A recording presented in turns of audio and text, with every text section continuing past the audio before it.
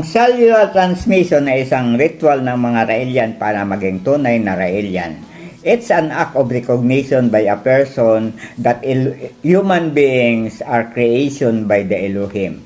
Technically, sa pamamagitan ng tubig, dahil ang tubig ay conductor ng electricity, ang isang cell ng tao na naglalaman ng perfect DNA for cloning ay tinatransmit sa isang gigantic satellite computer na nakabase na sa space na iniligay ng Elohim bago pa man magkaroon ng creation sa ating mundo.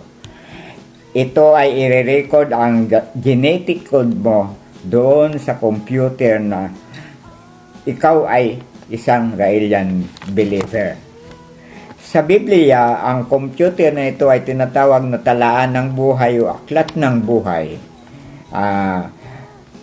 Sa oras ng paghuhukom, ito ay bubuksan ng Diyos para piliin ang mga tao na siyang karapat-dapat na mamuhay muli sa bagong langit at lupa. Itutuloy natin sa susunod. Maraming salamat po at magandang araw sa lahat.